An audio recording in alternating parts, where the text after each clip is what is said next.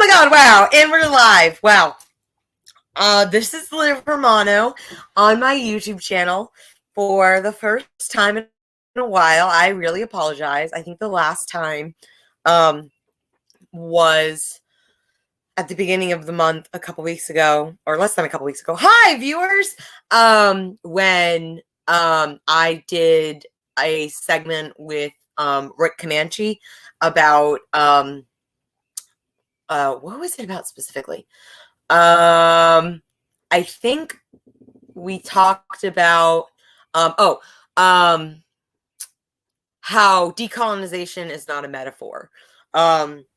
We broke that down. So that was one of the latest. Hi, oh my god, I hate work 420. Hi, so thanks for being here.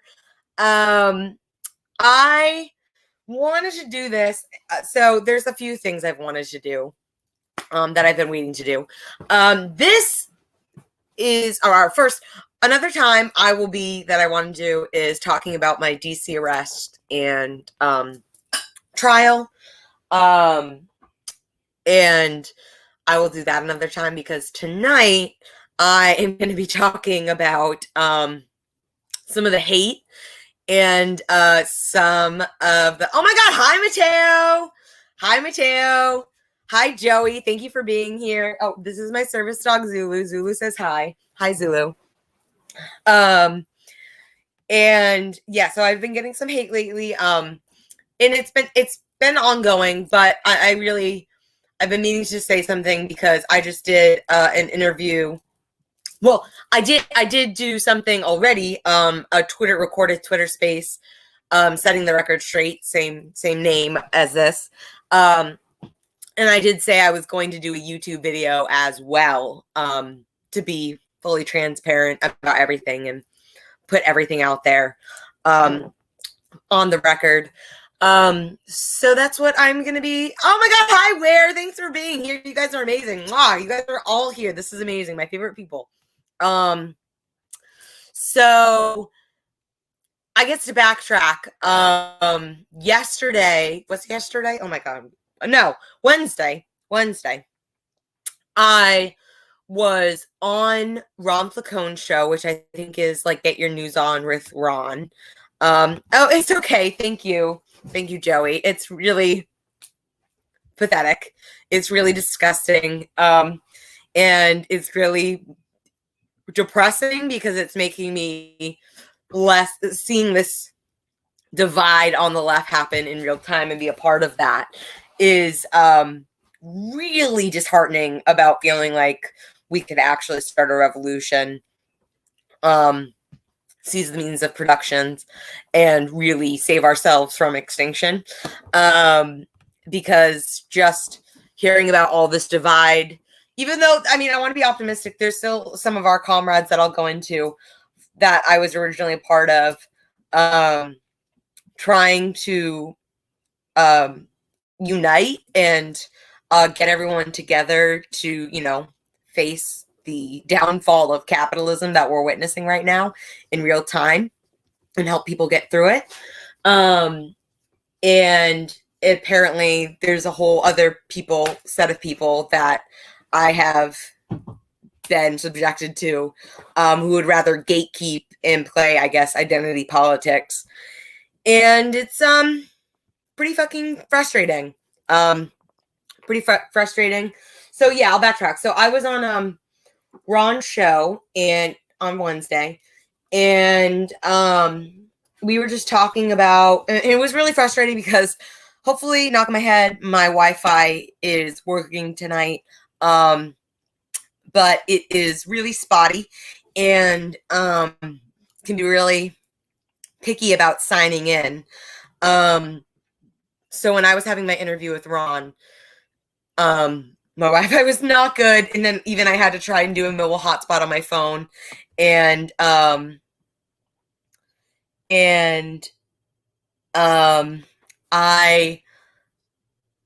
tried using a mobile hotspot on my phone, and even that didn't work. So I was just like cutting in and out during this interview, and it was really frustrating because I definitely made me not be able to complete a thought or be able to finish saying things that I wanted to say and make sure I got in there.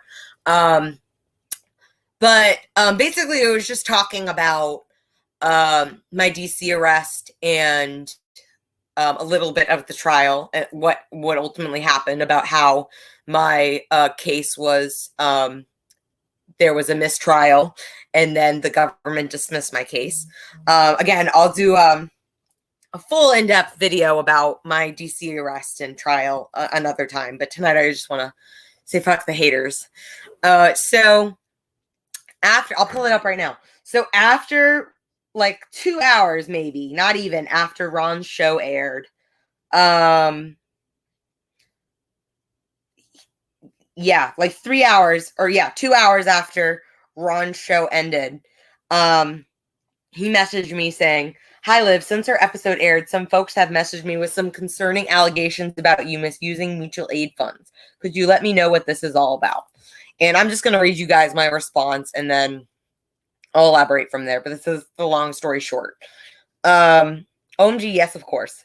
These are some of the former comrades who I'm no longer involved with that I kind of mentioned during the show, who have now turned on me and come after me with these allegations. Long story short, I made 2 GoFundMes, one for when I was planning on moving to Africa to start a clinic, and one that was for a schoolie for permanent housing, that both ended up being used to secure temporary housing, both times I'd been unhoused. I mentioned during the episode how I did a Twitter space called Setting the Record Straight, and it was exactly addressing these issues. They also alleged that I've been using mutual aid as a front to enrich myself and buy myself stuff like our new home and RV. That's absolutely not true, as I addressed in this recorded Twitter space as well. My dad bought the RV after we made up, after he kicked me out and I was unhoused a second time.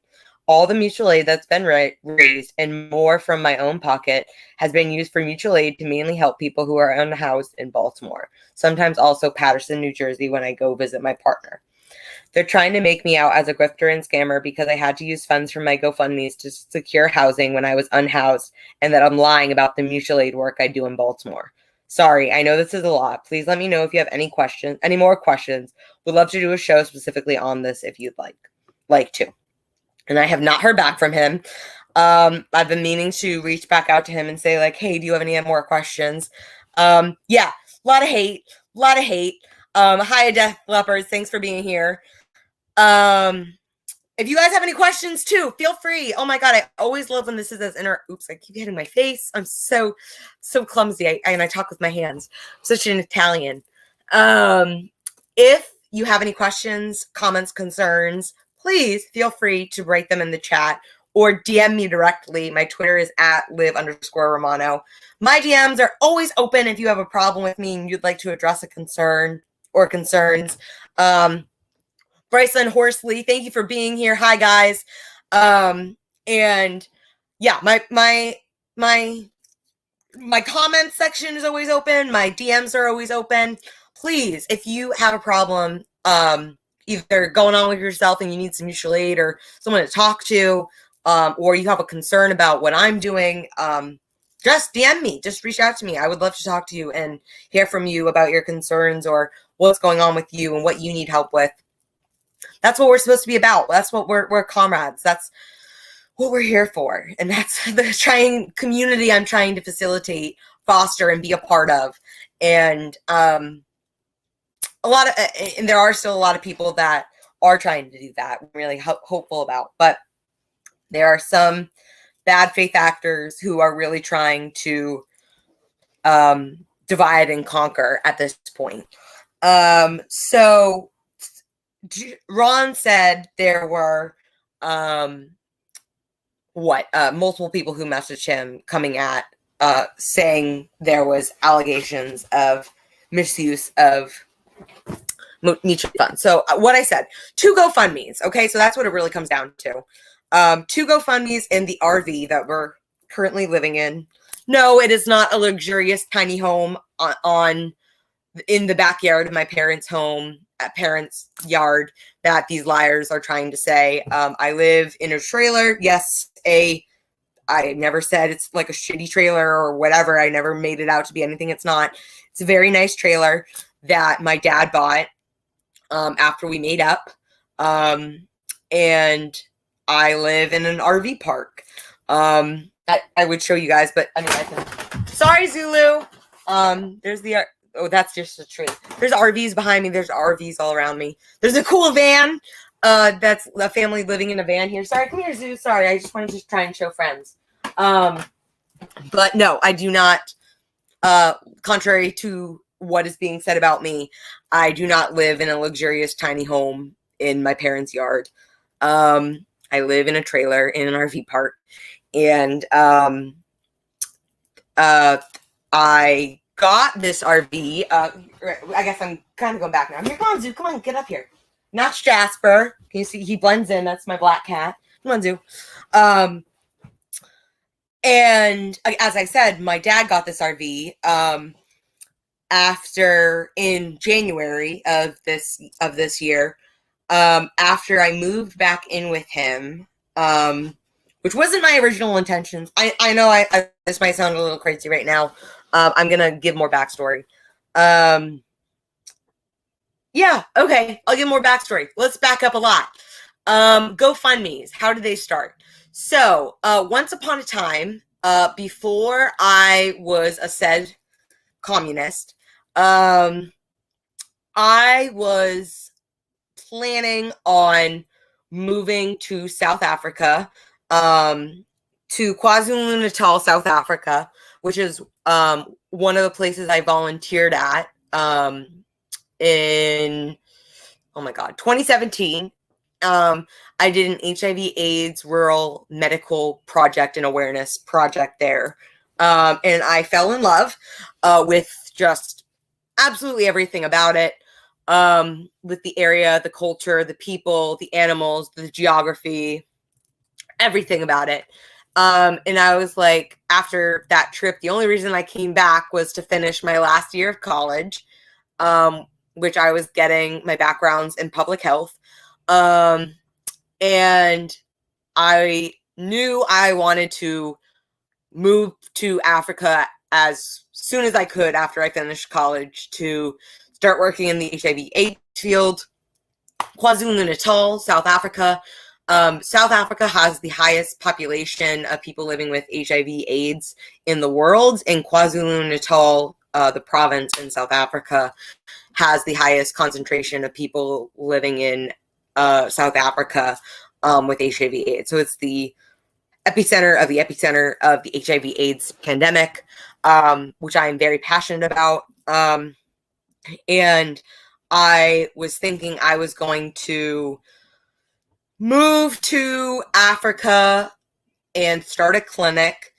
And it was going to be called Live Positive. And it was going to be a nonprofit, an international community health and development nonprofit.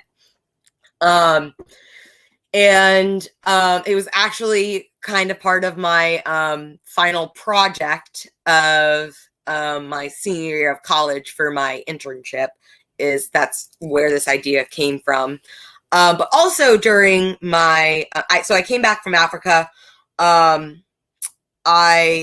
Now looking back, I was really depressed. I was going through one of my worst depressive episodes so far right before I went to volunteer to South Africa. And then when I was in South Africa, I was hypomanic. And then I came back and I crashed into another even about equally as bad as the other one depressive episode. And then I started my internship in January of 2018, and that triggered a manic episode. And then I was diagnosed with bipolar 1 disorder on April 4th, 2018. So I didn't know at the time I was going through these episodes, but now I know, looking back on it and knowing what I know now. But so at that point, being diagnosed and going through my first manic episode, the goal was to get me stable. And hi, Xavier. You're fine. I am just I'm setting the record straight on some shit right now. because haters have been coming after me with fucking lies and bullshit, and they're weak ass and petty and cowards and can't come bring their concerns directly to me. So I'm setting the record straight on a bunch of things. So here we go. It's okay. It's okay. It happens all the time. I do it too. I coming down, so that I was graduating college. I just barely graduated college because of what I was going through, and how my mental health had been throughout college. It was a miracle I graduated, and especially it was a miracle I graduated on time in 4 years. But I had to actually take an extension. I was able to walk, but I was still doing my internship work. That was part of what I needed to graduate after graduation, because I had to take an extension an incomplete because of what I was going through. So excuse me also while I drink some water. So the goal at that point was just to get me stable.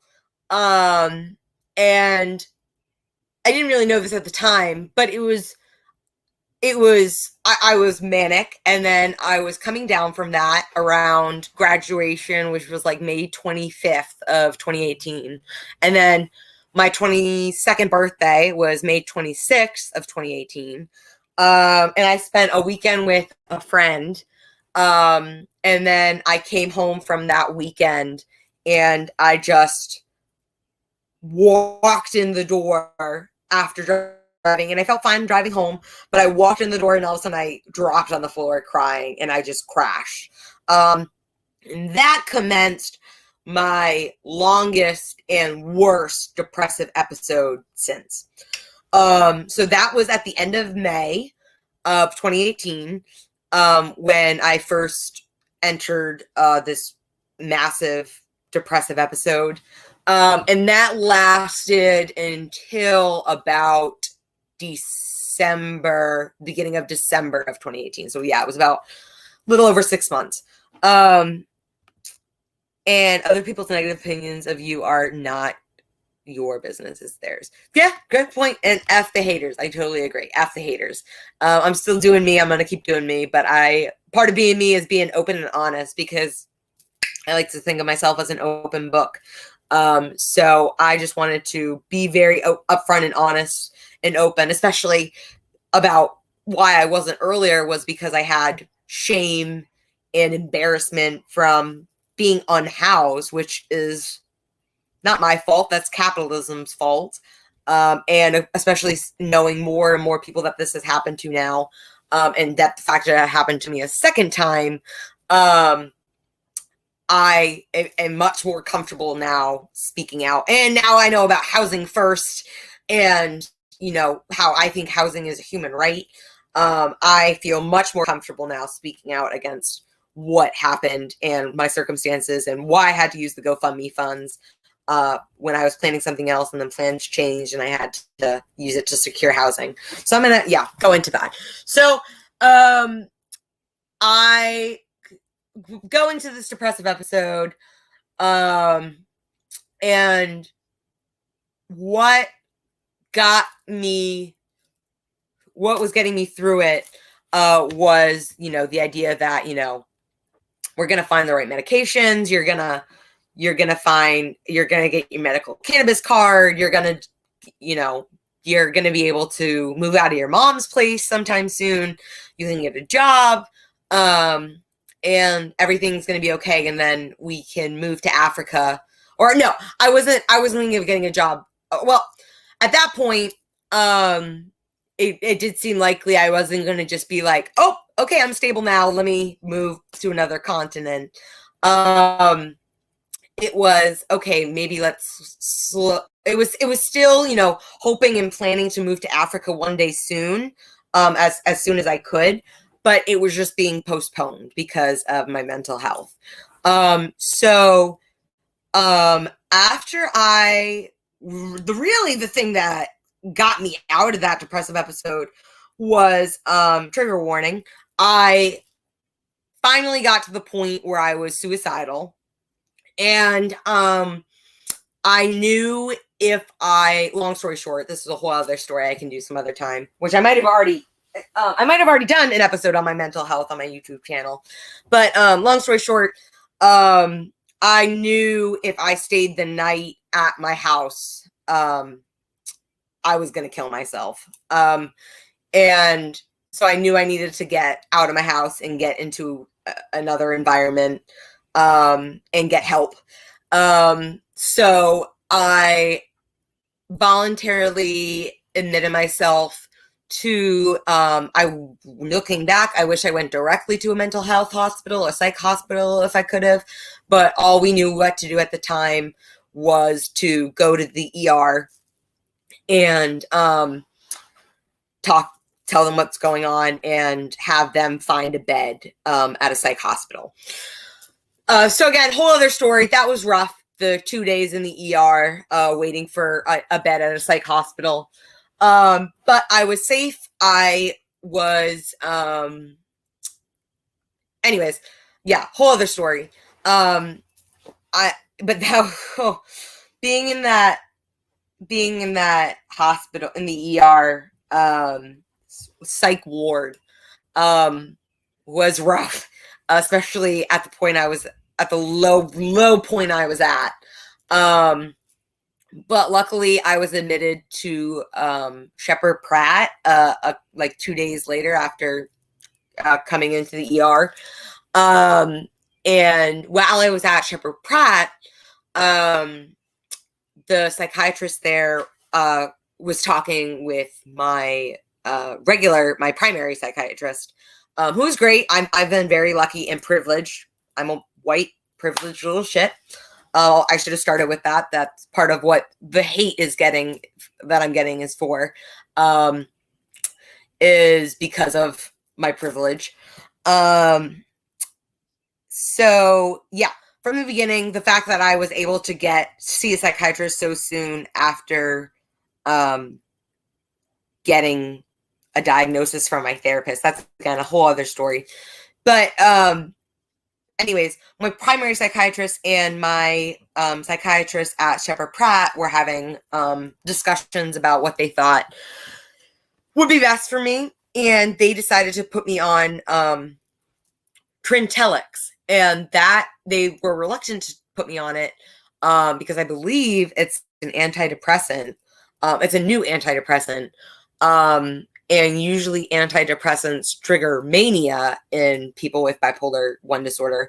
But for me, it was crazy. I took like 3 doses, and like 3-4 days later, I distinctly remember like walking to go get my next dose of medication, and all of a sudden like this like light, or I don't even know. It was crazy. It was just like everything like flicked on in my head, or the depression flicked off. And I was suddenly like, oh my God, I'm no longer depressed. And I've always been very sensitive to medications. And I've had that very quick effects kick in very soon after. So I guess I was lucky, because usually you do have to wait, especially with psych meds, you have to wait a few weeks before they kick in. But literally, I took a few doses, and all of a sudden it was just like, you're not depressed. I wasn't depressed anymore. So that was amazing. So I'm still on Trintellix. I'm actually on 2 antidepressants now. Trintellix and Zoloft, and one for my bipolar depression, Latuda. So everyone, especially, I really can't say this enough about how unique everyone is and how everyone's body responds differently to different medications. And for me, I really don't know how else to explain my bipolar 1 disorder without saying it's chemical, just this. It's brain chemistry. And it's taken a while to find the right drugs. That's what they are, drugs. including cannabis, to figure out what works for me to get me the most happiest. Hi, Brazil. Hi. Mwah. Thank you for being here. Again, anyone, if you have any comments, questions, concerns, put them in the chat. DM me directly at Livermano. That's me on Twitter. But I, purely this is really chemical reaction that happens in my brain. And it's been a process, again, to find the right prescription meds, getting my medical cannabis card, and figuring out what kind of cannabis and ways to use it is best for me.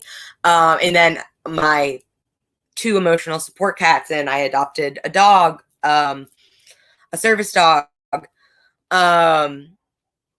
So all that's essential to my mental health care. It's an update time. And I know, I'm sorry, Mateo, it's a lot. I'm sorry. I apologize. You probably already know this though, Mateo, and I can always tell you personally another time, so don't feel like you have to sit through this. Needed to find the right levels that work for me. Exactly. Right dosage and everything. Right drugs, right dosage. And I'm not going to say it's easy. It's really not. It's really fucking frustrating, but it's definitely for me, it's just been so worth it. Because it's allowed me to get to a place now where I'm the happiest, healthiest, and most stable I've ever been. So it took a while. And at that point, I was great that I found the Trintellix, but that it was still going to be a few more drugs that we were going to need to add and tinker with after that. But at least it got me out of that depressive episode. So I was discharged from the psych hospital the day before Thanksgiving of 2018. And I moved. I went back home. I was living with my mom. And I was like, well, I'm not depressed anymore, so I guess I should start looking for a job. So I started looking for a job. And soon after, I ironically got a job connected to Sheppard Pratt, which is where I was admitted. But as a case manager with Mosaic Community Services, which I now believe has completely merged into Sheppard Pratt. But so whatever. So even though I was getting this job, I was still thinking like, okay, maybe I'll work this like a year or so and save up some money, and then I'll move to Africa. So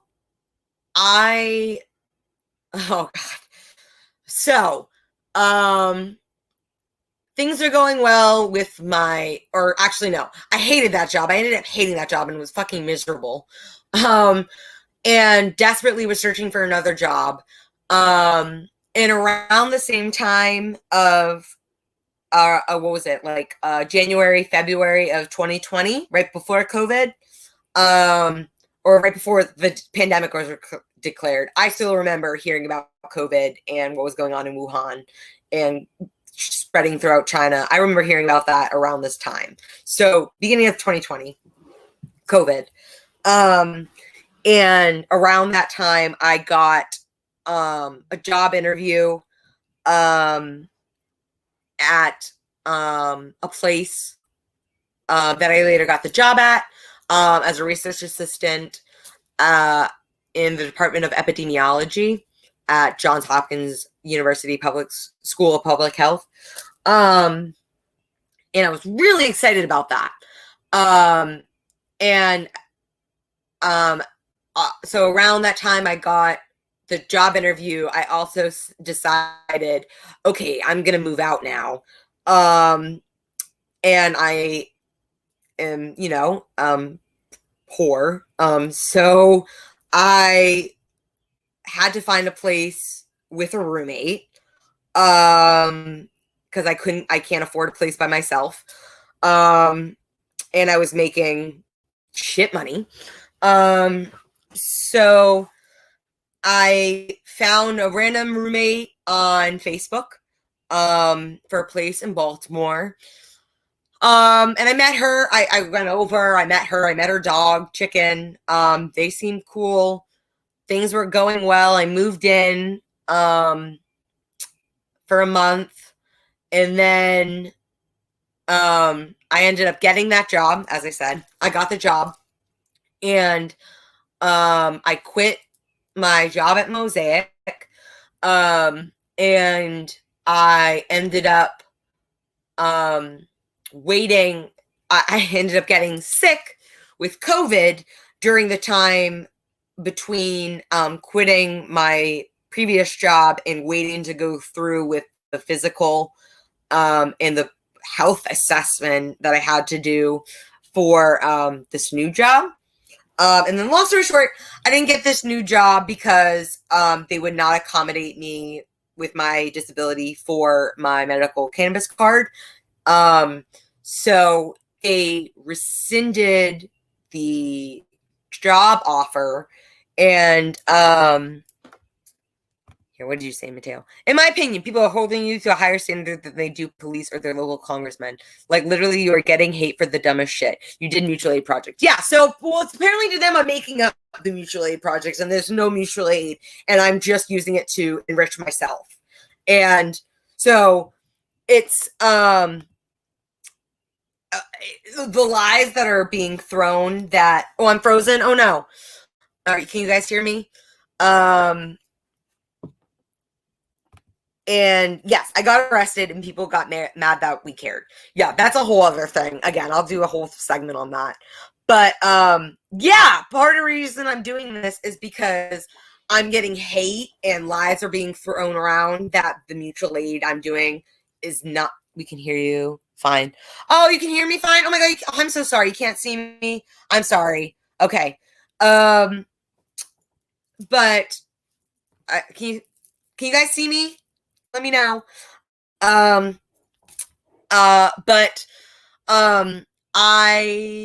Where says he sees me? Okay.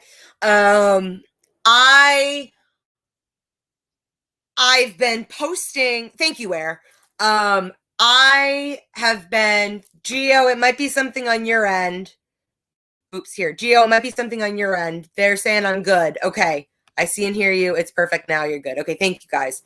But they are trying to undermine and discredit the mutual aid work that we've been involved in. And I think that's real fucked up.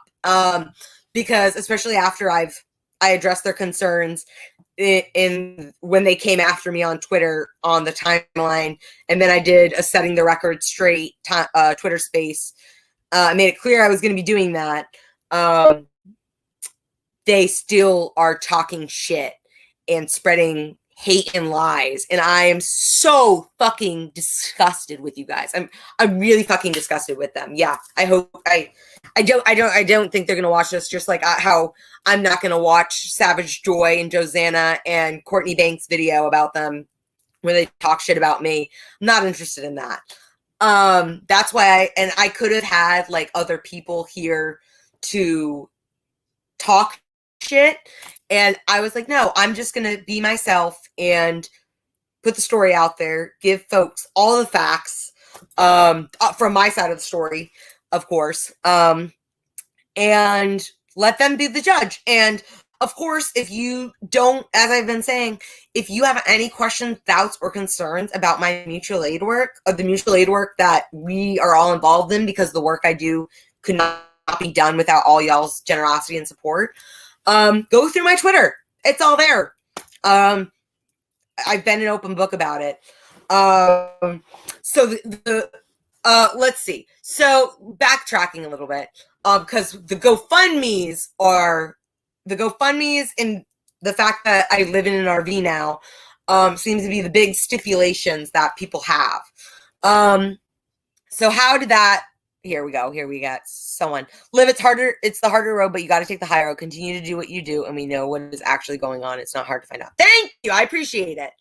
Yeah, it's all been there. It's all out in public. Like, I've never been trying to hide shit. I admit I was ashamed and embarrassed the first time I was unhoused and didn't publicly speak about that for a while because of that. But a lot of things have changed since then, so that's why I'm doing this. Let me just make sure my laptop, we're good. Okay, good. And what do you got, Mateo? Every time I've been in a space and you are mentioned, they talk about you like you stole from them or something. What? Like, if you use mutual aid fundraisers to buy a trailer, then provide some evidence. That's bullshit. That's disgusting. That's disgusting. Yeah, fuck them. Absolutely fuck them. Let's just make it clear. I use funds for myself to secure housing for myself after plans changed. I'm not doing what they're accusing me of using funds that I've promoted as funds for others that I've been doing mutually for in Baltimore who are unhoused, and using those funds to buy this trailer, which is disgusting. Fuck y'all. I've been very clear from the beginning. I'm the first person to say I am a white privileged little shit, and my dad got this trailer after we made up because he realized if I have the means to provide for my daughter who's having a hard time right now, like, I should step up. And took a lot for him to get to that place. And I understand that it's privilege, that everything I have and everything that, until we abolish white supremacy and dismantle this, we all white people will benefit with white privilege until we collectively come together and do something about it to dismantle and destroy white supremacy. So that is not amiss with me. And that is why I didn't come out maybe I should have said when I was posting about the trailer. By the way, I didn't buy this, but that's a whole other story, which I guess I'll go into. My dad did not, I'll back up. We'll get to that. GoFundMe's, how did that all start? So, I moved in with this random through Facebook, got COVID like a month after moving in. And so the first night I had COVID, April 3rd, I came down with a headache. What is it? Pretty funny that those are the same people who want us to not get distracted. Yeah, they're also the same people who say, I don't like the infighting on the left, when they are the sole perpetrators of it, in fact. It's real fucked up. And specifically, I'll name Josanna Voss. I think you're a fucking snake. You really stabbed me in the fucking back. And it's really all comes down to your petty conflict with Cece. And this is just so pathetic. So pathetic that you would let a personal conflict come between the bigger goal of revolution and really doing what you stand for. It's pathetic. Which I'll get into that too, which I had no idea had even happened because I have no role in that. But I have been dragged into by that because Josanna told Courtney Banks about it, and the Banks sisters, and they're trying to smear me with a relationship with Cece and drag me into that. It's so fucked up. So moved in with this random, got sick with COVID. I threw up a bunch that night, ran down to the bathroom, vomited a bunch, and the bathroom and her bedroom were in the basement. So I guess she was, and she usually stayed up late, so she heard me, and didn't check on me, which is a whole thing, whatever. So I came upstairs and was taking care of myself, and she comes up the next morning and she's like, hey, are you okay? I heard you throwing up last night. I was like, No, I'm not okay. I've been throwing up. I have a headache. I'm coughing. I have a fever. I'm weak as fuck. Pretty sure I have COVID. And she left. She started freaking out and she left to go walk her dog.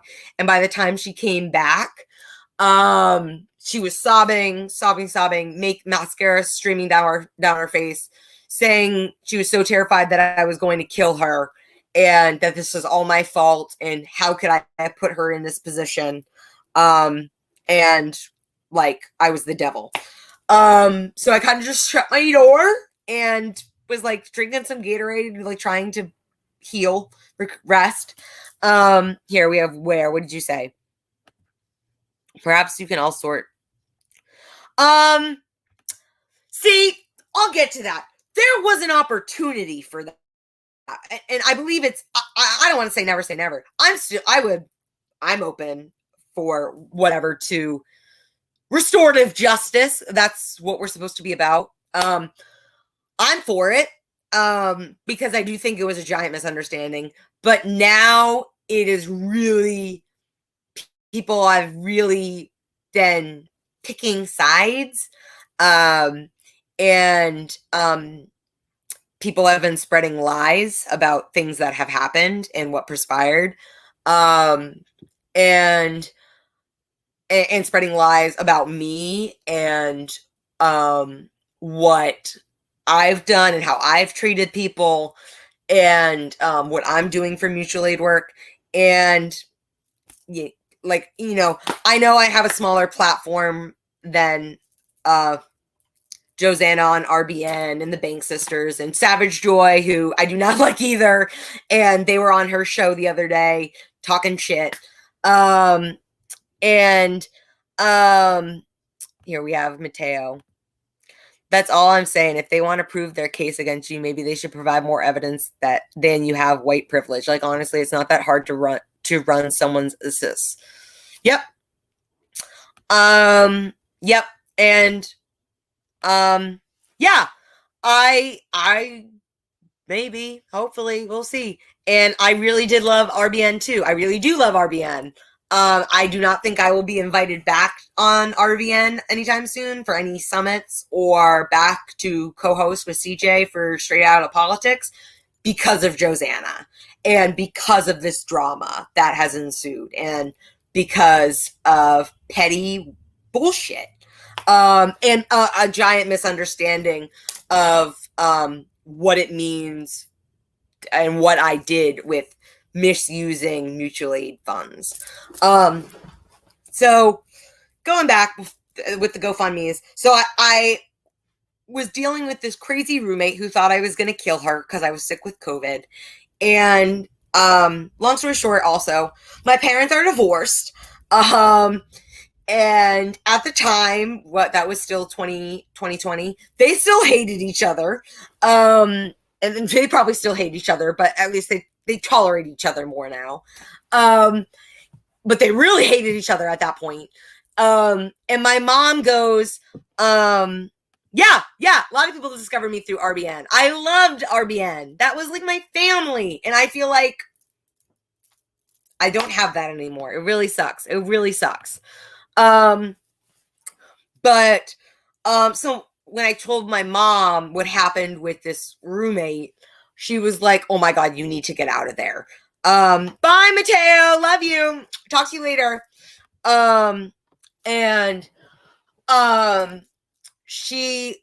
She ended up suggesting, like, you need to move in with your dad to get away from her and you need to recover and you'll be better off there. And I was like, you're fucking nuts. You think I'm going to move in with my estranged father? Like, you're nuts. But I was desperate. So I moved in with my dad. And around that time is that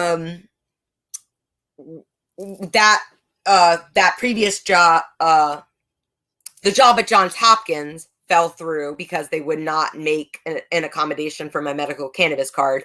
So they rescinded the job offer. So I was unemployed. And I decided that's it. I'm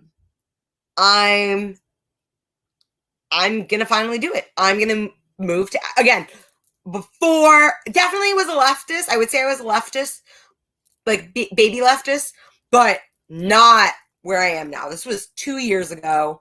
A lot has changed since I've radicalized immensely since then. I'm a full-blown communist now. But I was definitely still scared of the term communist 2 years ago. And I would not identify myself as one. I'd probably say I was an eco-socialist, maybe. Even I was a little hesitant with the socialism. But baby leftist again. So anyways, I was like, fuck it, I'm gonna do this. I'm gonna move to South Africa and start my clinic. I have my degree now. I have over a year's worth of experience working as a case manager for adults with intensive psychiatric needs and mental health and other physical health conditions. Like, why don't I start my own thing? So I started a GoFundMe. And that was for my Live Positive Community Health and Development Clinic in South Africa. And I raised a good amount, or I mean, not, I think I don't even remember what my goal was, maybe 5,000. And I raised about 2,000, I want to say.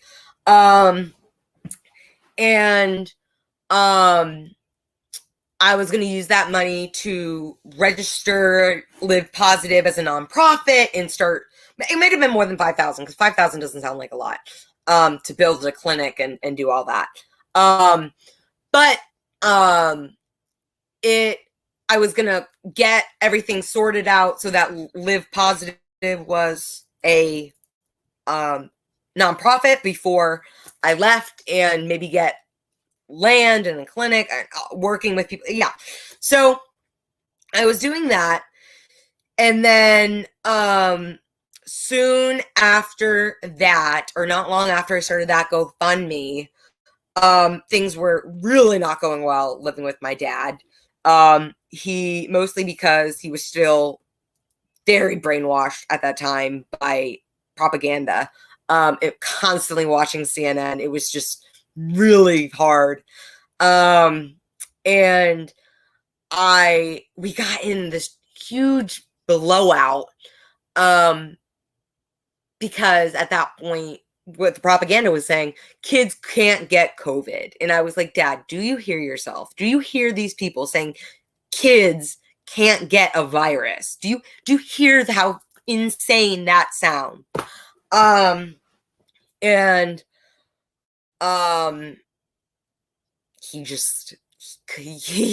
He was fucking stubborn as hell and just believed what he was being told. And so he blew up, and it was a whole thing about, like, if kids should go back to school. And I was like, well, Nina, I have a younger sister, my youngest sister, I was like, I don't want her to go back to school. Like, this was fucking horrifying. Like, her life is not worth the risk to be put at risk like that. No kids is. And he disagreed. So it was just a really big blowout, and it led to one thing to another, and it was huge. And I ended up leaving and ending up taking my animals and crashing on an air mattress at a friend's place. And that went about for a couple of weeks, about 3 weeks. I was air mattress surfing. Yeah, that was crazy. So it was three of us, three women, living in this tiny townhome with my two cats, my cat Wilson, who was like 4 at the time, my kitten Jasper, who I just adopted and was a couple months old. The 2 girls, Maddie's, and Maddie with an IE had a cat, and Maddie with a Y had a dog. So it was all of us living with our animals. And it was just not sustainable. So I ended up feeling like, okay, I guess I can't move to Africa right now. I don't have the funds. I don't have the means. I am jobless right now. Oh no, I just started a job, but I hadn't gotten paid yet. It was the beginning of getting paid with that job. And I was like, okay, I guess I'll work this job. I'll work this job, get an apartment with Maddie with an IE for a year, save up some money, and then I'll move to Africa. So still planning on moving to Africa, but it's been postponed. But at this point, I'm unhoused, living on an air mattress at a friend's house, and I decide, because I'm desperate, to use the funds I have left, which was for the GoFundMe, from the GoFundMe, to secure stable housing for my 2 fur babies. And I was planning on adopting Zulu at that time, a dog. So I was trying to find a place that could accommodate me, my 2 cats, a dog, a roommate, her cat. This was crazy. So we found a place, and I was like, okay, so we're gonna live here for a year, and then I'll move. And also at that point, I started grad school, and I was gonna be doing grad school to get my master's in public health in epidemiology and become an epidemiologist, and do my fellowship. I was planning on moving to Africa like a year after I started. So finishing my 2nd year in my fellowship, which is like a full-time internship, getting all that experience. I was going to do that in Africa.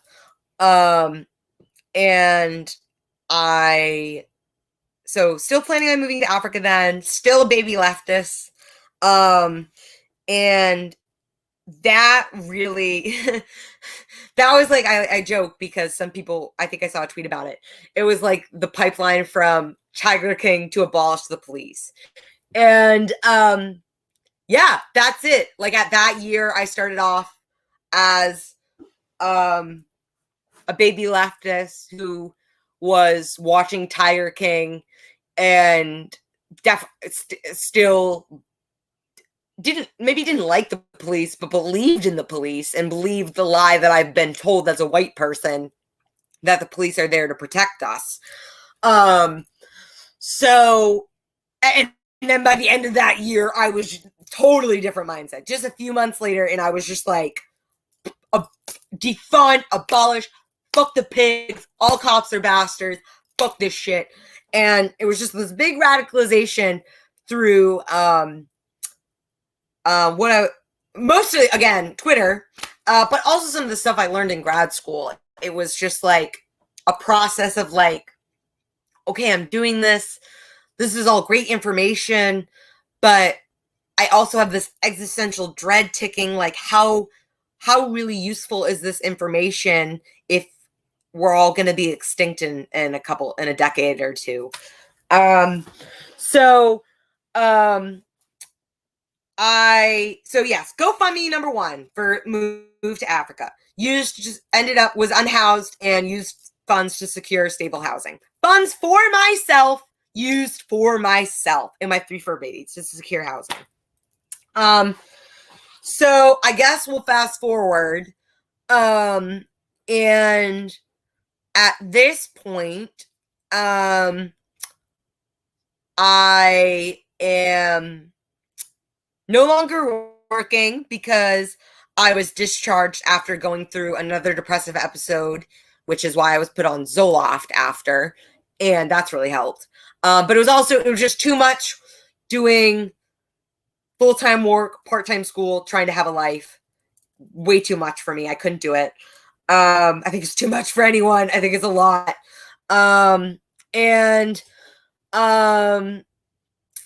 Then so I was discharged. So I thought, oh, I'm going to get all this unemployment money. This is going to be great for using in Africa. I'll wait until I get all this unemployment money and then I'll move to Africa. Um, so then I was just focusing on school. Uh, things fell roommate because she's a piece of shit. Um, and um, while I was in the next room on the phone, or I was in the room next to her, and she's on speakerphone talking shit about me with this guy that she knows I hate in her room, and I was like, oh my god, and I had almost that was the last time I almost had a panic attack, um, and um, I was like, I was just really feeling upset and really down. And I was like, I cannot live here anymore. I cannot live with this shitty ass person. There was a ton of other problems that had happened with this person. Whole other story. But that was just the straw that broke the camel's back. Hearing her talk shit about me. And I decided, and at that point, I had been working on things with my dad. My dad and I were closer. And I asked him if I could move in with him temporarily, um, so that I could save up for my move to Africa, and to escape this terrible roommate. So, probably against my better judgment, I moved in with my dad again. And um that's when I really got involved with that's when I would say I was definitely a leftist, um like an eco-socialist. I was way more involved with the Green Party at that point. um and um I was involved with formerly the Populist Voice Network. Now I believe it's the People's Voice Network. um and that was such an amazing experience, getting involved with all those comrades that had been from RBN who were helping with it, and then having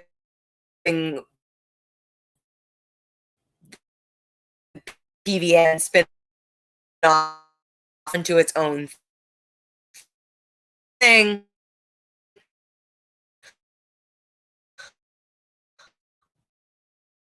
Well, it was always his own thing. It was a brand. It was something that CJ created, who was also a founding member of RBN. And it was great, amazing to learn from. I heard about I that was what it was.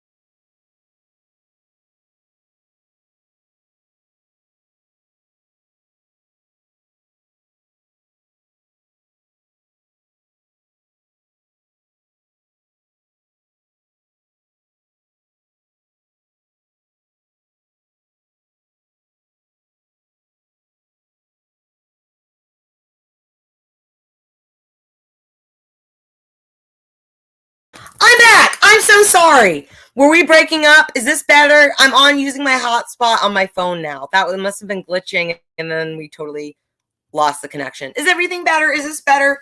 I'm so sorry. If I glitch out again, I'm going to stay on my hotspot, but I'm going to turn my video off, I think. I'm sorry. Much better? Okay. Here, I'm going to turn, it's connected to my phone. Okay.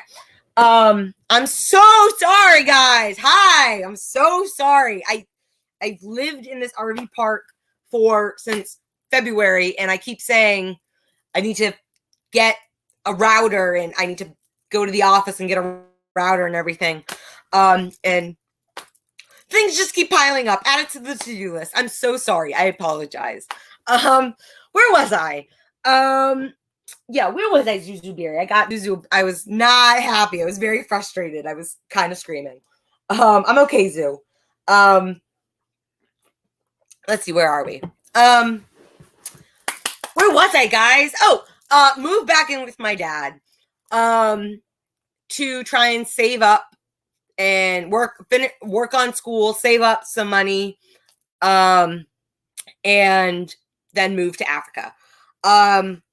And while I was living, so got involved with People's Populist Voice Network and doing shows on there and being on RBN with CJ doing Straight Out of Politics. That was amazing. That was so cool. Really love the people that I had met and connected and the comrades that we got to know through there. I know some of y'all because of that. And I ended up, CJ ended up trying to really get PVN off and trying to get it like up on the ground and going like RBN.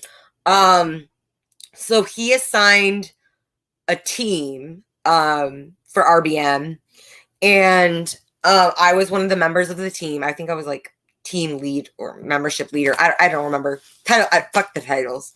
But long story short, so there was a group of us who were asked to be the team that was managing Populist Voice Network. And Savage Joy was another person who was on that team. And we immediately butted heads. We did not get along. I did not get a good vibe from her. I think she's narcissistic, bossy, likes to be in control.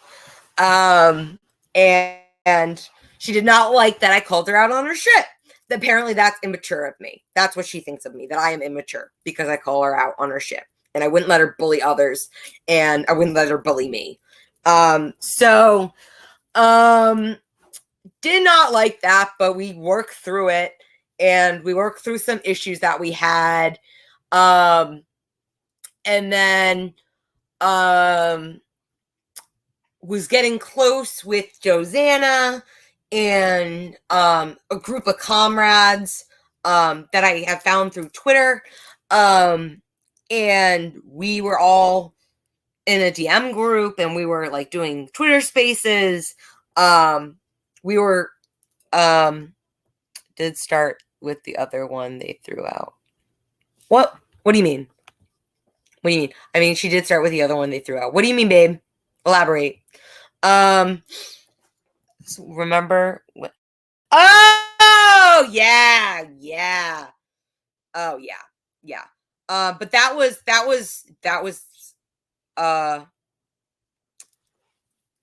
a different group and a different person. With the RBN, or I think they were still Fred Hampton leftists at that point.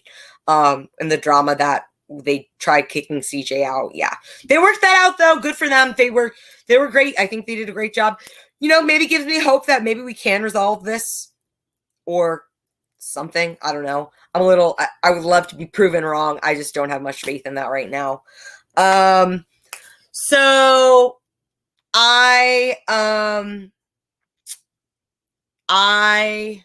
I know, but it's not Quincy. She was in the. Wait, was she? Savage Joy was in that. Who was in this drama, Roselle? What drama? Who was involved with? That's interesting. I didn't know much about that because I'm not involved. I wasn't really involved with RBN at that point. I was much more involved with the People's Populist Voice Network. Are you saying Savage Joy or Josanna was involved with that? And hi, Wilk Report from Ohio. Hello, thank you for joining us. So Brazil, get back to me on that. Yeah, that was before you. Yep, way before me. So, actually though, I did cause some of those issues. I was involved because CJ got in trouble for stuff that Savage. Yep, okay. Yep, CJ also had their own issues with Savage Joy. But what was I gonna say? I had done a live stream. There was a miscommunication about what was RBN or Fred Hampton Leftist and what was Populist Voice Network. I was confused about that, and I did a live stream saying we were like Fred Hampton Leftists when we were actually the Populist Voice Network, and CJ got in trouble for that. Or that's what they tried to use against CJ to push him out too. So I was involved in that. So I'm sure Savage Joy hasn't liked me from the beginning, which is fine because I don't like her. But yeah, so I was getting close with CJ, Rome, Josanna, Kiko, lots of comrades. And things seemed to be really going well in this little group that we had. And it was even it started way before me. I was late to the party. These comrades were just gracious enough to, they're comrades. They want anyone who's like-minded to be involved.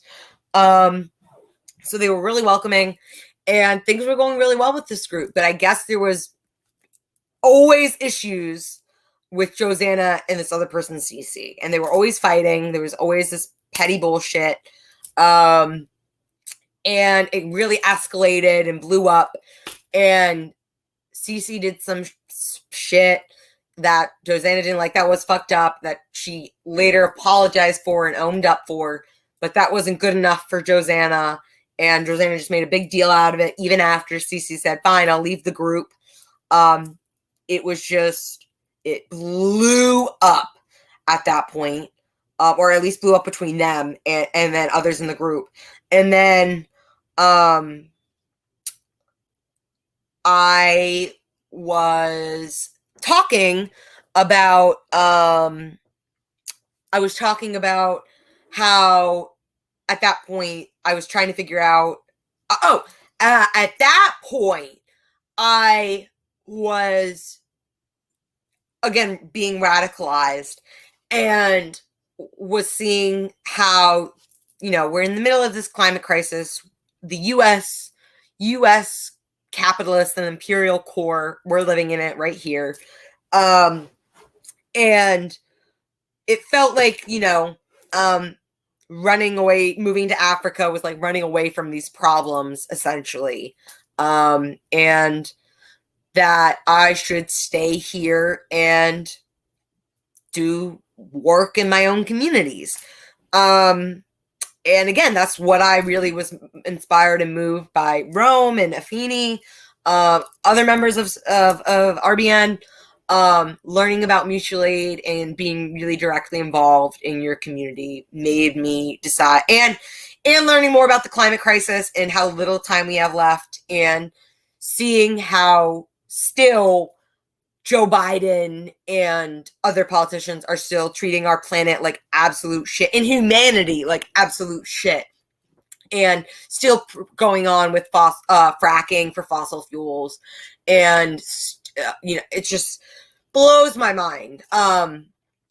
And that all really changed my perspective about planning to move to Africa and being in grad school. So around September of last year, I decided that's when I decided I wasn't going to be moving to South Africa anymore. I was going to stay here and get more involved with mutual aid, because that's what I was just starting to get involved in, was doing mutual aid in Baltimore. And I was like, okay, well, now I have to think of my new living situation if I'm not going to be moving to a place in South Africa. Like, how I can't afford to rent here. I can't afford to buy. I withdrew from school because of the climate crisis and wanting to focus my time on mutual aid and direct action instead of studying for school. When I felt like, what the fuck does this degree matter if we're going to be extinct? I don't give a fuck. This doesn't matter to me. And I was missing, because of school, because I had to study or do homework, I was missing direct actions. Like, I missed the Medicare for All march, and I missed some other marches and protests, which now I'm like, fuck nonviolent and peaceful protesting, but that's a whole other thing. But I still like direct action and community organizing, and I wanted more of that. So I was trying to figure out what my new living situation was going to be. And at that point, I started talking about how I was thinking of doing a schoolie, which is a converted school bus, and traveling around the country, doing, collaborating with Green parties, different Green Party locals and chapters, in every state, or every state that has a chapter, and doing mutual aid there. And kind of, I would have, I think at that point I had talked about helping Rome with his tour for the poor, and somehow growing that, and that, so I was doing mutual aid at that point. Again, now we're like in October of last year. And I'm doing mutual aid. I have withdrawn from school now. I'm focusing full time on mutual aid, and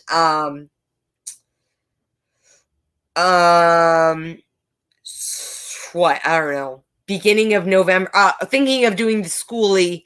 I guess I think I had maybe tried to, I don't remember when I made the GoFundMe for the schoolie. I thought I made it in November. I don't remember. I made the GoFundMe for the schoolie in around October or November of last year. I want to say it was after, though. It was after this Twitter space that we were in. It was Moth's Twitter space. And it was a comrade that was in our group. And we were just talking about something totally unrelated. And Sato gets up and grabs a mic, and he's like, I want to address Liv right now. And then it became a whole thing of shitting on me for thinking of trying to do mutual aid with the schoolie, because why do I need that? That's really white saviory. You should stay where you are. And now I know that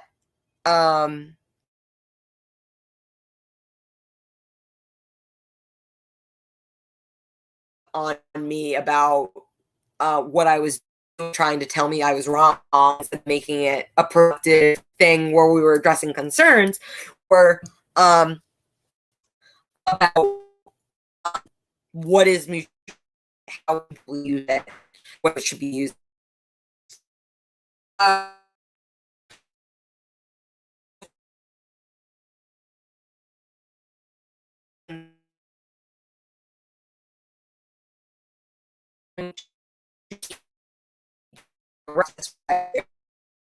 So whole fuck upness, this whole fuckery. They decided they were going to bring their concerns with me about mutual aid and how I was using it to directly by DMing me. And before any could do that, sought it up in this space and came after me for being a white savior and wanting to do school late.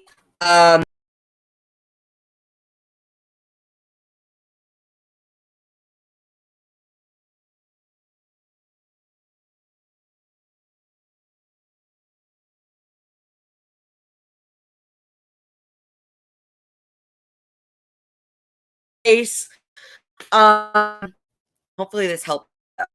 Is this? Can you guys hear me?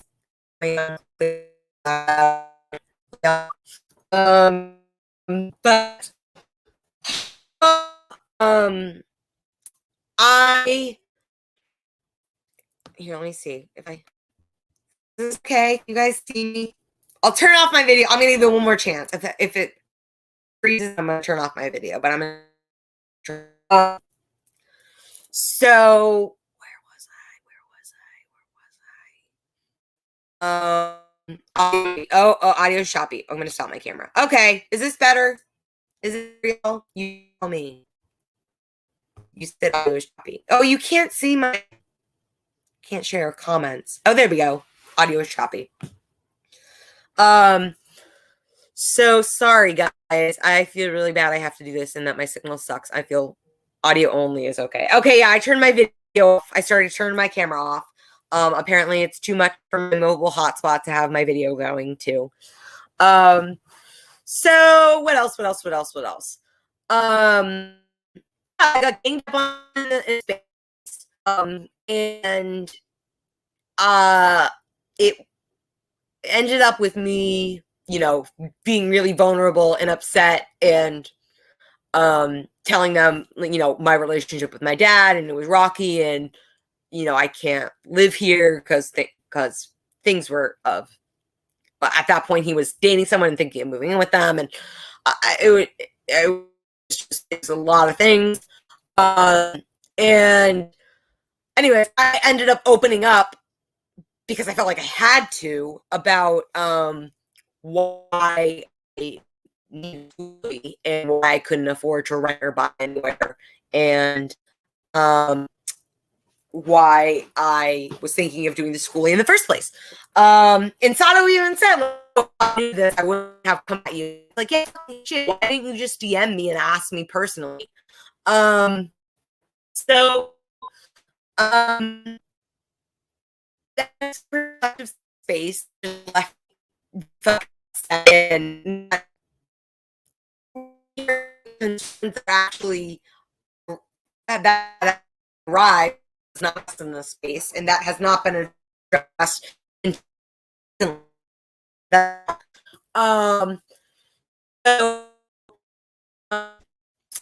So then very shortly after that is when our group of comrades really fractured, because people were Sato and Joy and Violet and Josanna were trying to make people like side thing, and we're telling Sato like that wasn't cool, that was wrong. Tries to hold him accountable. He ended up calling these comrades and various Black comrades anti-Black. So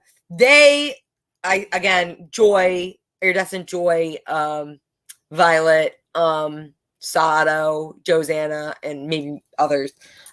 Yes. I mean, the group fractured. It was a bunch of people. So they ended up calling these other comrades anti-Black for coming at Sato for what he did. And that was, I guess, that statement, calling these comrades anti-Black, these Black comrades anti-Black, was just like the final straw for this group. And things have not been the same since. Things have, I think, really fucking gotten worse. Things really suck. We're trying to make some progress now, but Josanna has really taken off and started recruiting people for her own drama, and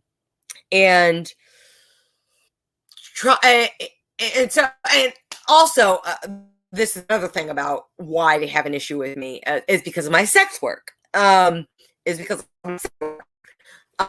Joanna and others do not approve of sex work. And they believe, Joanna told me this was the last time I talked to her when I was, I ended up getting kicked out by my dad, which is a whole other story. And I was unhoused a second time. And at that point, I know I had the GoFundMe for the school he made. And I was trying to raise money for that. So I was unhoused. I was living in a hotel with my 3 fur babies. And I had started a GoFundMe for the schoolie because I still thought the schoolie was our best option right now. And I was talking to Josanna about it, but at the same time, I don't know what to call it. My trial hearing and everything, like because I had gotten arrested in DC, which again, I will do a whole other space devoted to that. But because I got arrested in DC, and I did a plea deal, I took them to trial. I had to like call them every week and check in. And I was thinking at this point, like, okay, I'm gonna go, I'm gonna be a sex worker. I'm gonna do my work on Fansly, which I had just started. And by the way, I'm gonna put my Fansly link. Wait a minute, Fansly, because come support your favorite sex worker.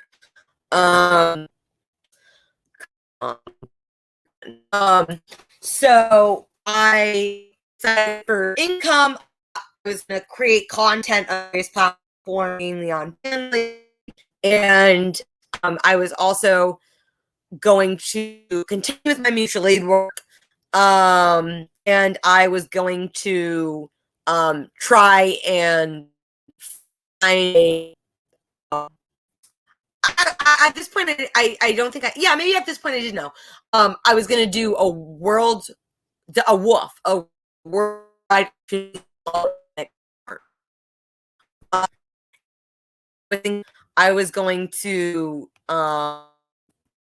could work and stay at babies, and then oops, let's see, where's my link? Oh, link.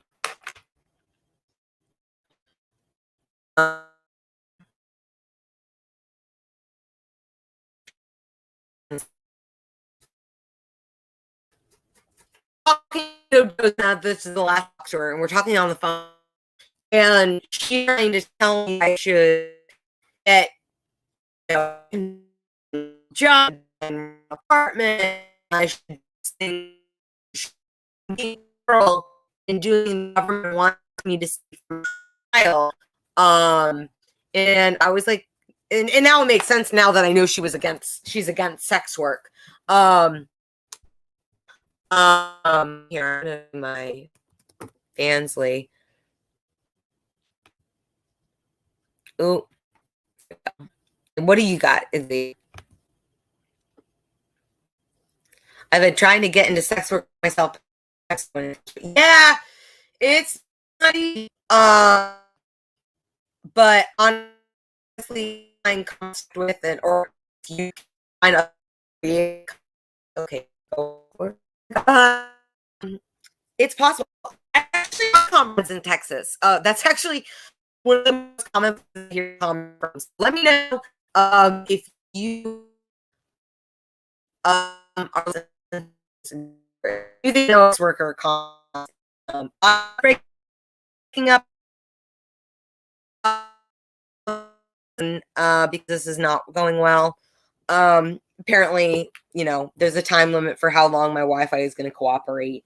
Do you guys hear me okay? Is this working? Oh, it won't let me hide this comment. I think things are. Oh, there we go. So can you hear me? Is audio okay? 1 2 1 2. Yeah, swear so tiresome. Always looking down on sex workers and treating them like helpless children who are simultaneously. Yep, agreed. Um, so, yeah, that was the last time I talked to Josanna. And at that point, we had talked about like getting RVs together and traveling the country to do her what it means to be an American idea, her miniseries, and I was going to do mutual aid. I love Josanna. I loved her. And I was really close to her, and I really believed in her, and I feel really betrayed by the snake she's ended up becoming. So that was the last time I talked to Josanna. That was November, like end of November last year. And while I was trying to raise money for the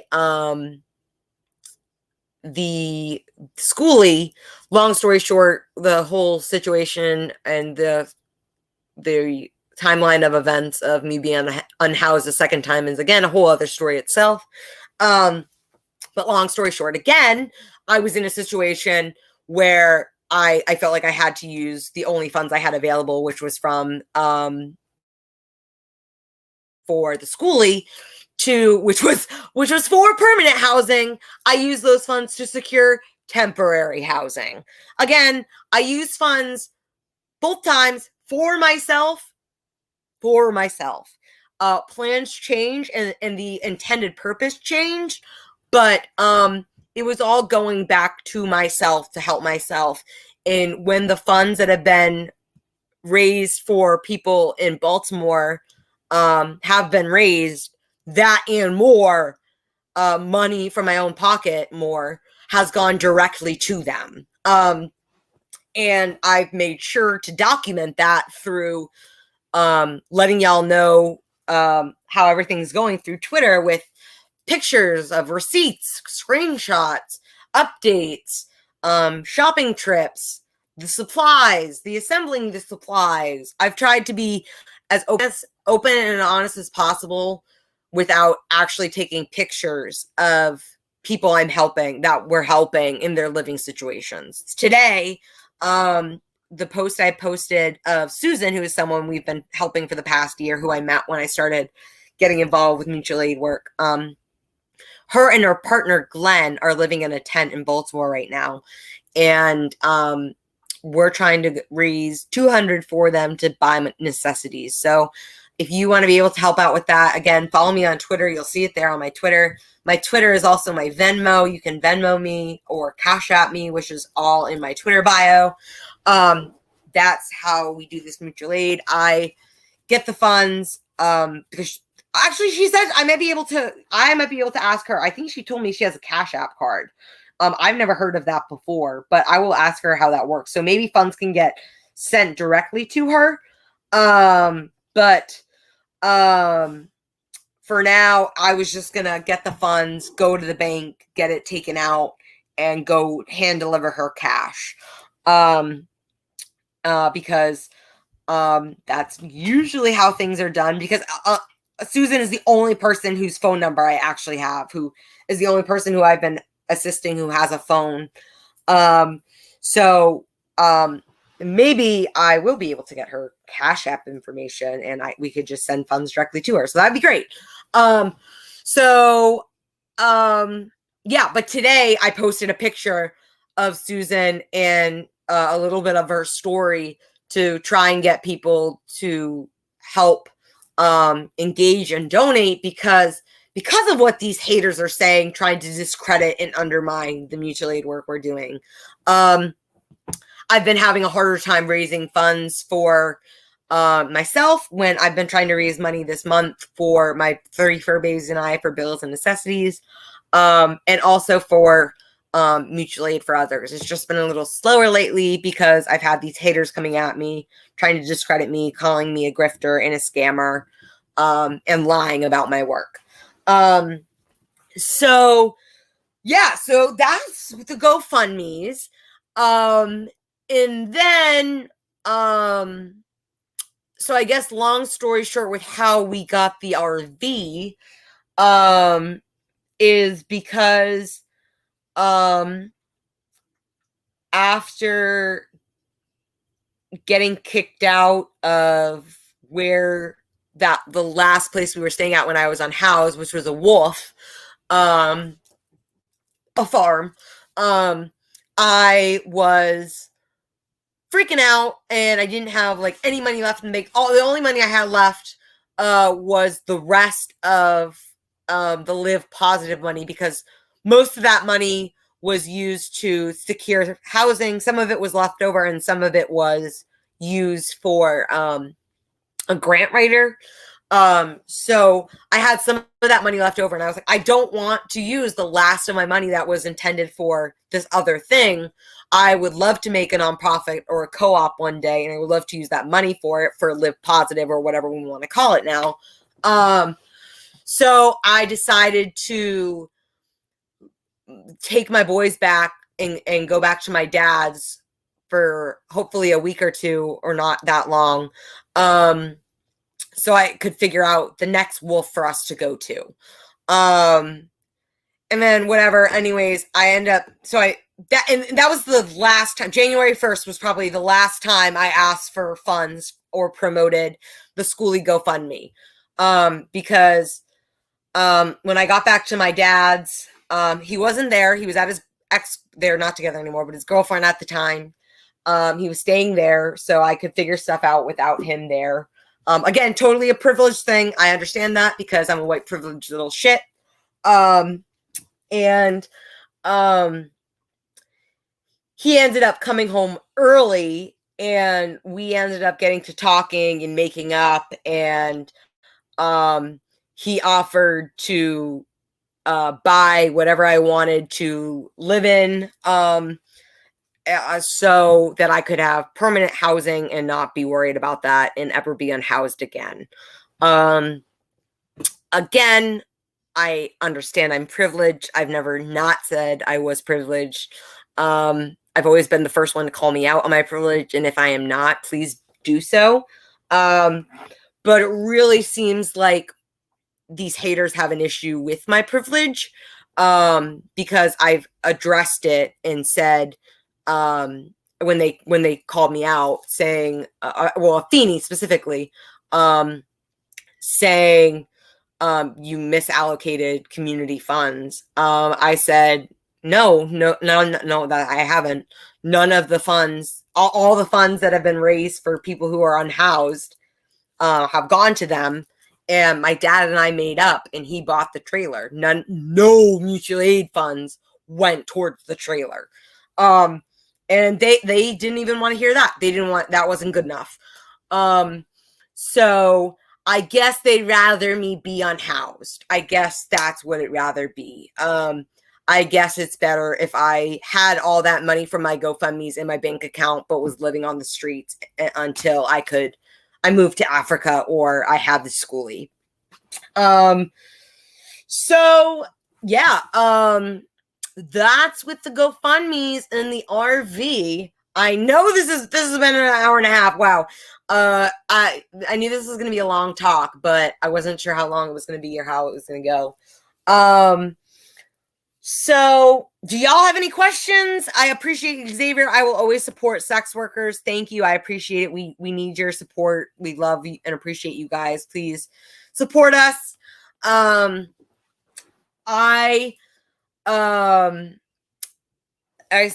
suspect, what was this? I suspect they prefer sex workers be internally punished for daring to profit from their own bodies. Yeah, so I mean, part of the reason, I guess, why am I a sex worker? I am disabled. I have bipolar 1 disorder, as I have already detailed to you guys. And I have a service dog. So getting accommodations for us is very difficult. Getting a job as disabled in America is very hard, period. And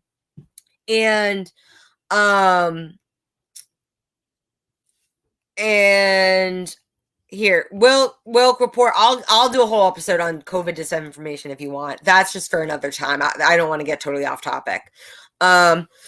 But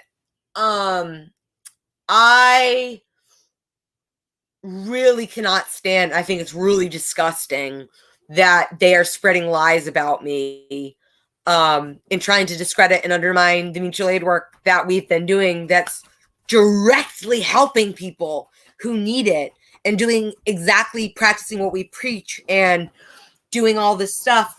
And then here's what I forgot. How this how more of this division came to light in my eyes, and how this really started. So OMG, Camp Dada, camping in the Hamptons, guys. So they are organizing, Courtney, the Banks sisters, Josanna, Afeni, others, are organizing what I thought was supposed to be a secret, but I guess it's not, because they're crowdfunding for it and trying to raise $13,000 for it to go camping in the Hamptons. So I was invited to this leftist camping event that's supposed to happen over Labor Day in the Hamptons. And I was invited by Courtney Banks, and the next day I was disinvited by Courtney because I was told she told the planning committee that I was invited, and I guess various people brought up concerns. I was initially told 4 people brought up concerns, and safety concerns about me bringing a bat to the protest in DC, and that I was disinvited, and that was it. It was not a, hey, we have these concerns, we'd like to bring you to the table and talk about these concerns with you, or hey, these concerns were addressed, could you talk about these? None of that. It was, we have these concerns, kick her out, do not invite her. And that was it. And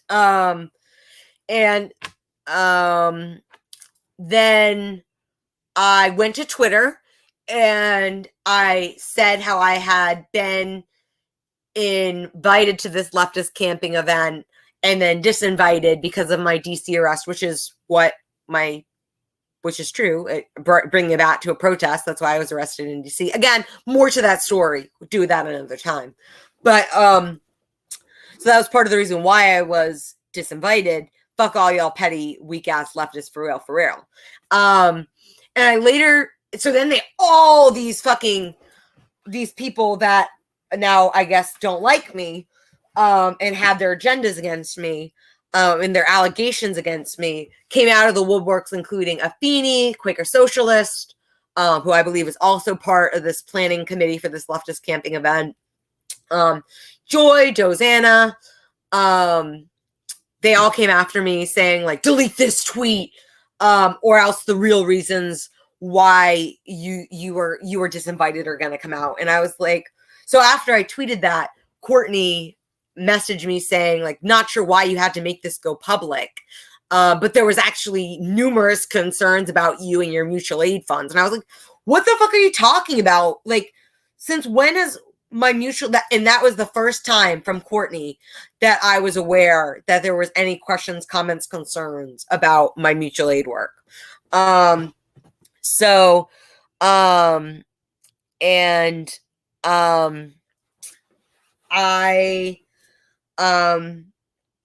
ended up deleting the tweet because someone messaged me, because apparently I thought the event was supposed to be hush-hush, especially the location.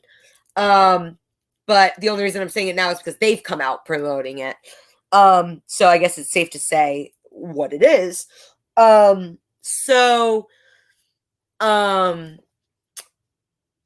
I deleted the tweet because I was asked to by someone else. But that still wasn't good enough. People, Courtney, Keisha, Banks were still coming after me, and saying I was trying to discredit their event, and try and undermine Black and brown organizers and all that jazz. And I admitted to and apologized for maybe an immature tweet. But and which is why I deleted it, and I apologized to Courtney. That wasn't good enough still. That was, even though I also said, like, I apologize for this, but I did it because y'all fucked up here. Y'all decided and had like a vote to not invite me or to disinvite me from this event because of a misunderstanding that y'all couldn't even have the common human decency and respect to directly bring your concerns to me and discuss them. And that is why I tweeted what I did, and how I feel like they're really pathetic and weak ass leftists.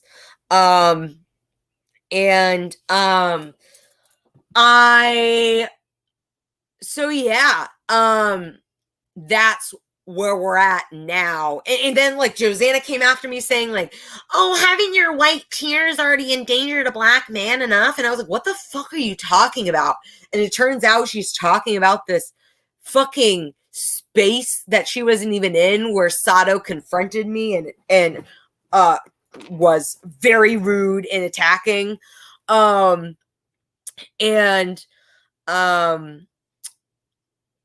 think that it was just so fucked up. And oh my god, again, like what I said, I love RBN, but Josanna and all these anti-sex workers have gone after Rome, who was helping me promote my sex work and mentor me on my sex work initially, and they told him to stop commenting and promoting and liking my sex work because it made him look bad.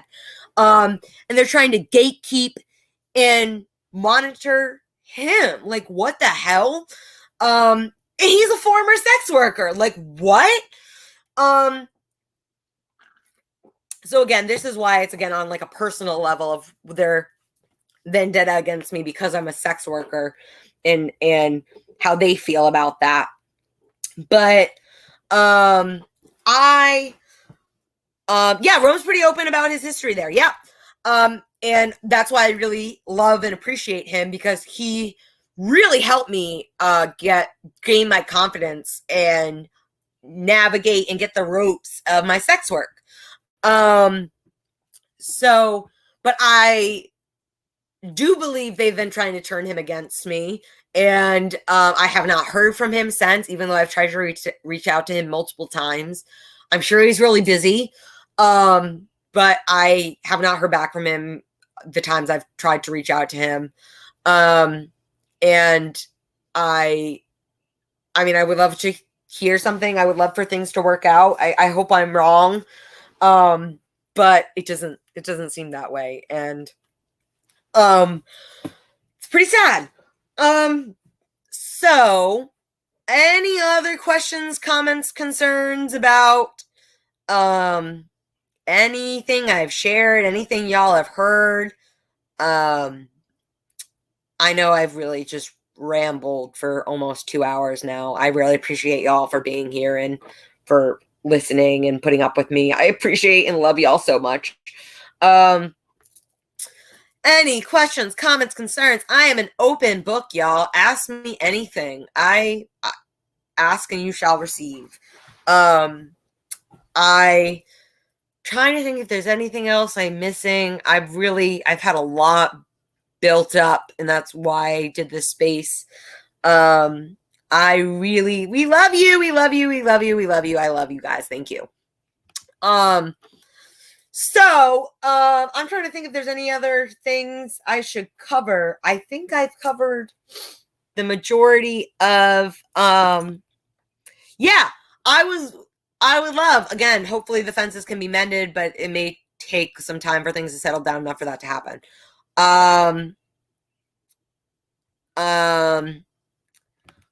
Love hearing from you. I hardly ever catch you live. Yes, I know. I'm so sorry, guys. I really, really would love to be doing this more. The only reason I haven't is because I've just been so consumed with mutual aid and my sex work. It's been really stressful trying to make enough money to make ends meet right now. If you would like to support me, I'm going to again copy my Fansly. Oopsie. Oh, here it is. Here's the link. Got it. This is my Fansly that I just posted in the chat. You can follow me for free. You can, and still see some of my content, or you can subscribe to one of my tiers. Also, you can follow me here. Let me see if I can put my camera on now. Hi guys, I missed you. You can follow me on Twitter at live_Romano. I believe my tips are on. Let me check if my tips are on right now. Let me check.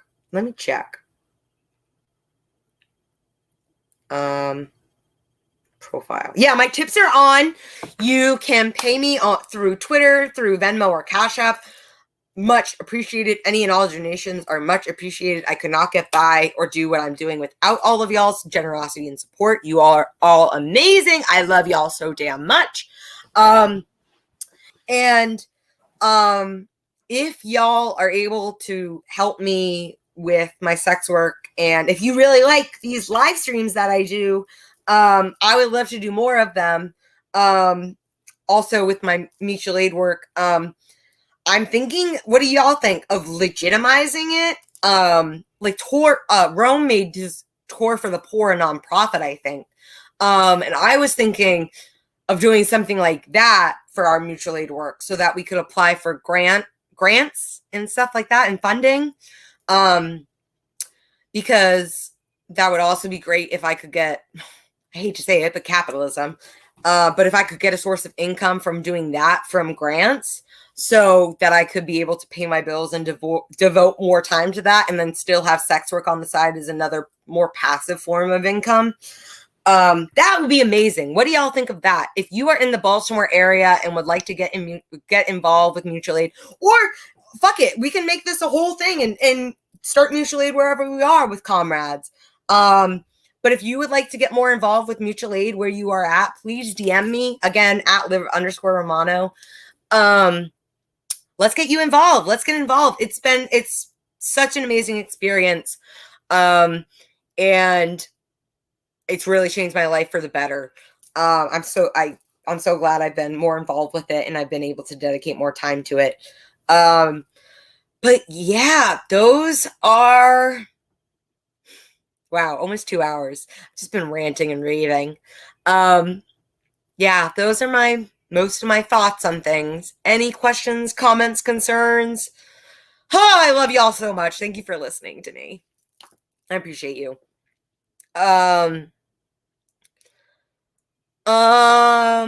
questions, comments, concerns. Okay. I love you guys. I need to go make some content now.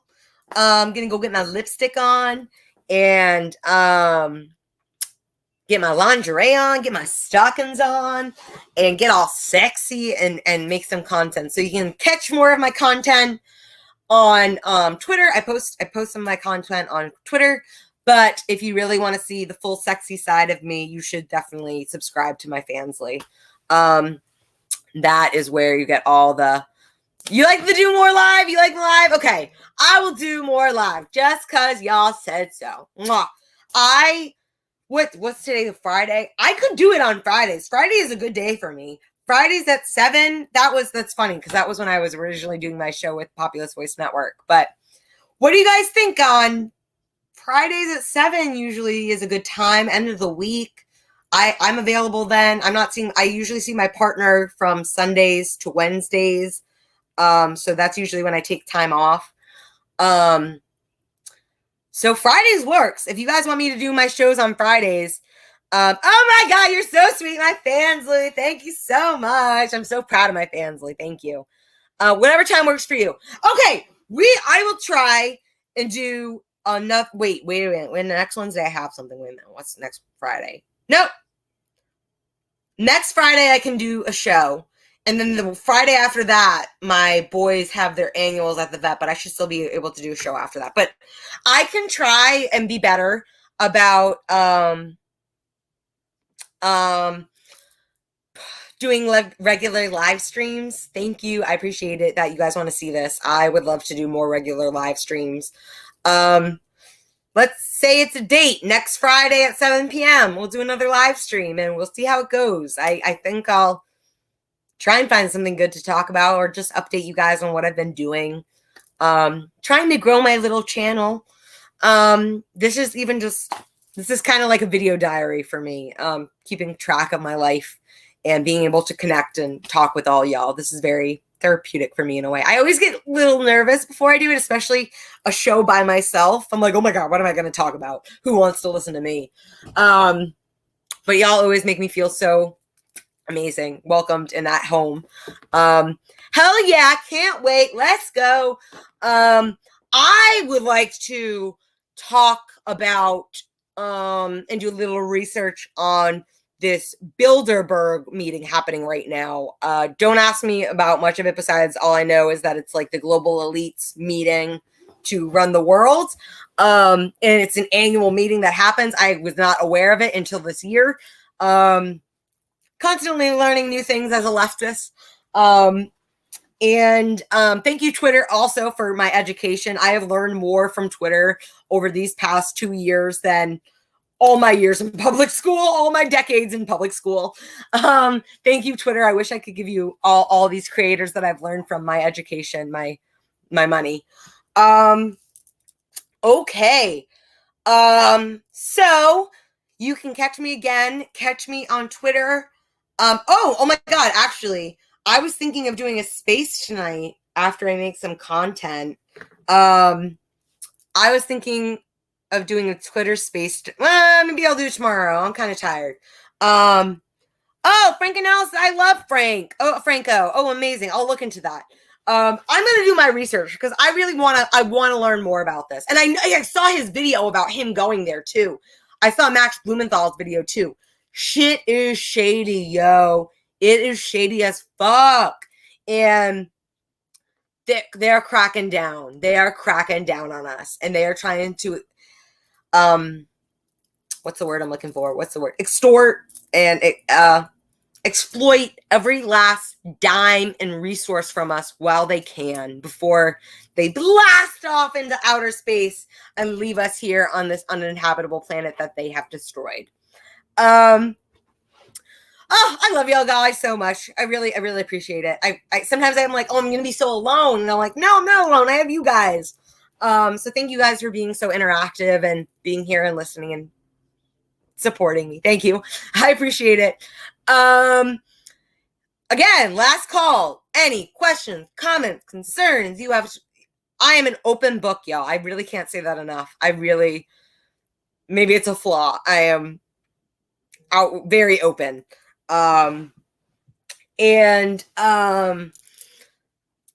Please catch me on Twitter. Please catch me on Fansly. Please catch me on YouTube. I'll be back doing another show in a week. We'll say in a week. We'll make a date for a week. I'll put it in my phone right after.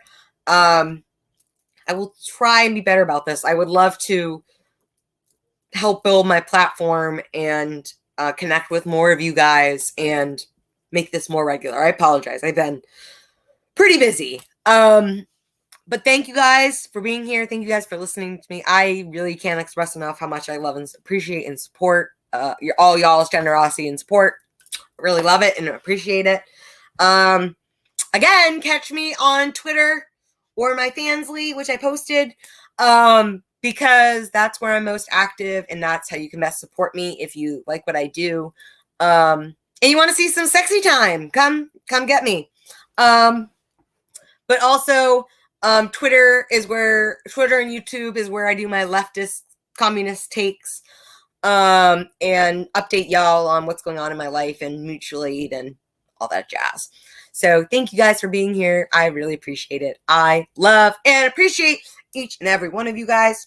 You are amazing. I apologize for the technical difficulties. I will get my shit together. Thank you guys so much. I'm closing it out for the night. Thank you guys. Good night. Bye.